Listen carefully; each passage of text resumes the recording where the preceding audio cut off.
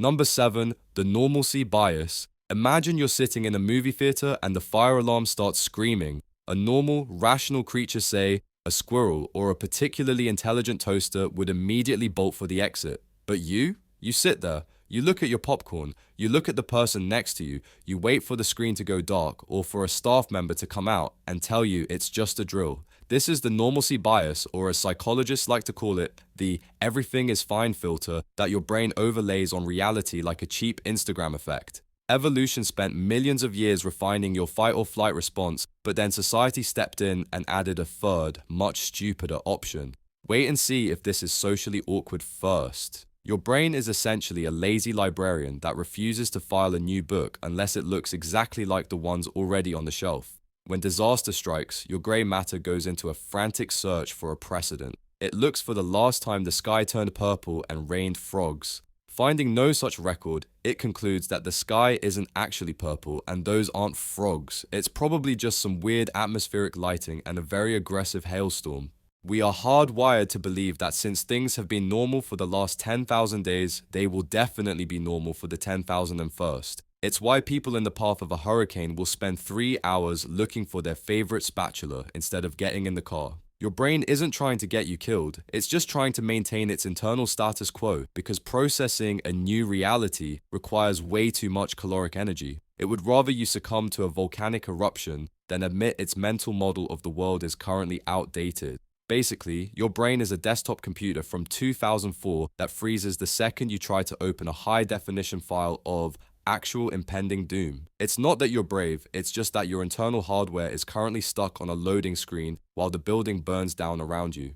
Number 6, pluralistic ignorance. You're walking down a busy street and you see a man slumped over a bench, looking like he's having a rough time with his heart's rhythm. You look around, nobody else is stopping. In fact, people are walking faster. So you conclude that he must just be taking a very aggressive nap, or perhaps he's a performance artist doing a piece on the fragility of the human condition. This is pluralistic ignorance, a fancy way of saying that everyone is looking at everyone else to see how they should feel, and since everyone is trying to look calm, everyone concludes that there is no reason to panic. It's a collective hallucination of safety where the entire group agrees to ignore the giant, flaming elephant in the room because no one wants to be the guy who pointed at the elephant first.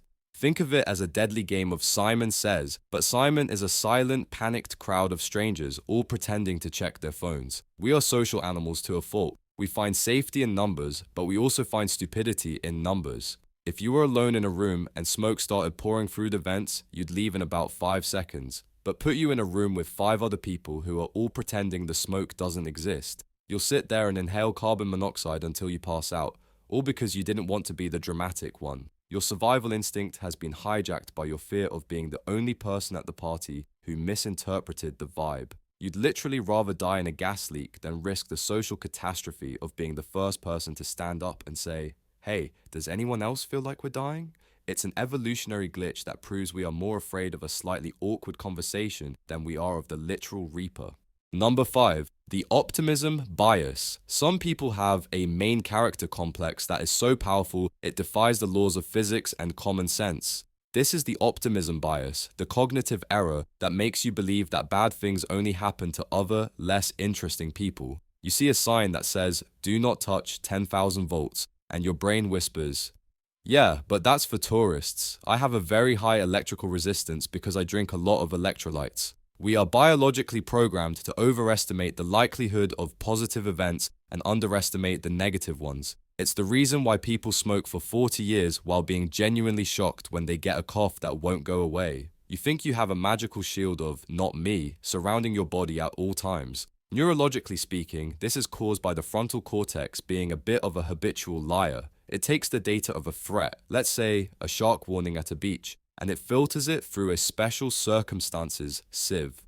You tell yourself that the shark is probably busy eating someone else, or that you swim too fast for a shark to notice, or that the shark prefers the taste of people from Nebraska. This bias is what allowed our ancestors to go out and hunt woolly mammoths with nothing but a sharp stick and a dream. But in the modern world, it's why you think you can text while driving 80 miles per hour. You've convinced yourself that you're the exception to every rule of biology and ballistics. You aren't just an observer in the world, you're the protagonist of a movie, and the protagonist doesn't die in the second act from something as mundane as a landslide. Your brain is essentially gaslighting you into believing you're immortal, just so you'll have the confidence to get out of bed in the morning. Number 4, sunk cost fallacy. Imagine you've paid $80 for a fancy dinner, but halfway through the meal, the restaurant starts to fill with a mysterious, pungent green fog and the waiters start melting. A rational person leaves. You stay and finish the risotto because you paid good money for this. This is the sunk cost fallacy, and it is the reason people stay on sinking ships, in toxic relationships, and in houses that are currently being reclaimed by the ocean. Your brain hates the idea of wasting resources so much that it will convince you to waste your entire life just to justify a previous investment. Whether it's time, money, or emotional energy, once you've put something into a situation, your lizard brain refuses to walk away empty-handed, even if walking away is the only way to keep your pulse going. This is why people refuse to evacuate during a flood, because they just finished a $3,000 kitchen renovation. They look at the rising water and then they look at their granite countertops, and they decide that the countertops are worth more than their ability to breathe oxygen. You are essentially holding yourself hostage over a receipt. Your brain looks at the disaster and thinks, well, if I leave now, I've lost all the work I put into this. Completely ignoring the fact that if you stay, you lose the work and your soul. It's a bizarre accounting error in the human psyche where we value the stuff we've already lost more than the life we still have. You're basically willing to go down with the ship because you really like the curtains in your cabin. Your internal auditor is a maniac who would rather you be bankrupt and dead than admit a previous investment was a bad idea. Number 3, risk compensation. Your brain is a cheeky little gambler that loves to hedge its bets in the worst way possible. Risk compensation, also known as the Peltzman effect, is the phenomenon where we become significantly more reckless the safer we feel. It's why people drive faster when they're wearing a seatbelt and why skydivers take stupider risks when they have a backup parachute. When you perceive that a safety measure is in place, your brain decides it now has a budget for danger and immediately spends it all on something moronic. If you give a toddler a helmet, they don't think, I am now protected while I play. They think, I can now use my head as a battering ram against the coffee table. You aren't much different, you're just taller and have more bills to pay. This is the reason why people will stand on the edge of a crumbling cliff just because there's a flimsy wooden railing in front of it. That railing couldn't stop a determined house cat, but because it's there, your brain shuts off the gravity is a thing alarm and starts taking selfies. We have a target level of risk that we're comfortable with, and if the environment becomes safer, we will intentionally do something dangerous to bring the risk back up to that level. It's like your nervous system is bored and wants to see how much it can get away with before the game over screen appears. You're essentially a high stakes gambler who keeps raising the ante because you think the house can't win if you're wearing safety glasses. Your brain is basically trying to find the exact point where safe becomes deadly, just for the adrenaline rush of not being dead yet.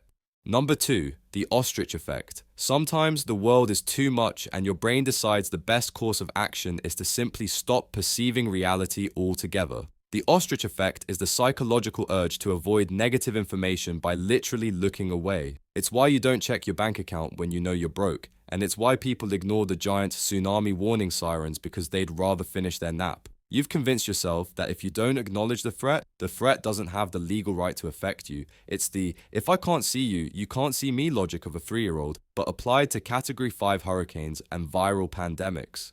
This isn't just laziness, it's a sophisticated defense mechanism designed to protect your fragile ego from the stress of having to do something difficult. Processing bad news takes a lot of mental heavy lifting, and your brain would much rather spend that energy wondering why they stopped making that one specific brand of lime-flavored chips. When a threat becomes too big or too scary, your brain just disconnects the monitor. You enter a state of willful blindness where you can look directly at a forest fire and see a particularly vibrant sunset. You aren't ignoring the danger because you're brave. You're ignoring it because your give-a-damn fuse has blown and you've retreated into a happy little bubble of denial where the laws of physics are merely suggestions. Essentially, you're trying to ghost a natural disaster, hoping that if you don't reply to its "I'm about to destroy your house" text, it will eventually take the hint and leave you alone. Number 1, social proof. If everyone else jumped off a bridge, would you?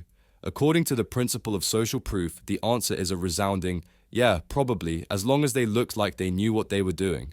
We are hardwired to believe that the majority possesses a secret knowledge that we don't. If 100 people are standing calmly in a lobby that is slowly filling with water, you will assume they know something you don't, like perhaps the water is actually a new avant-garde spa treatment. We look to others to define appropriate behavior, which is great for learning which fork to use at a fancy dinner, but absolutely catastrophic when everyone in the room is equally clueless and terrified. This is the ultimate survival trap. You see a crowd of people running toward a suspicious cloud of gas because they heard there was a sale on designer shoes, and a part of your brain thinks, well, they can't all be wrong.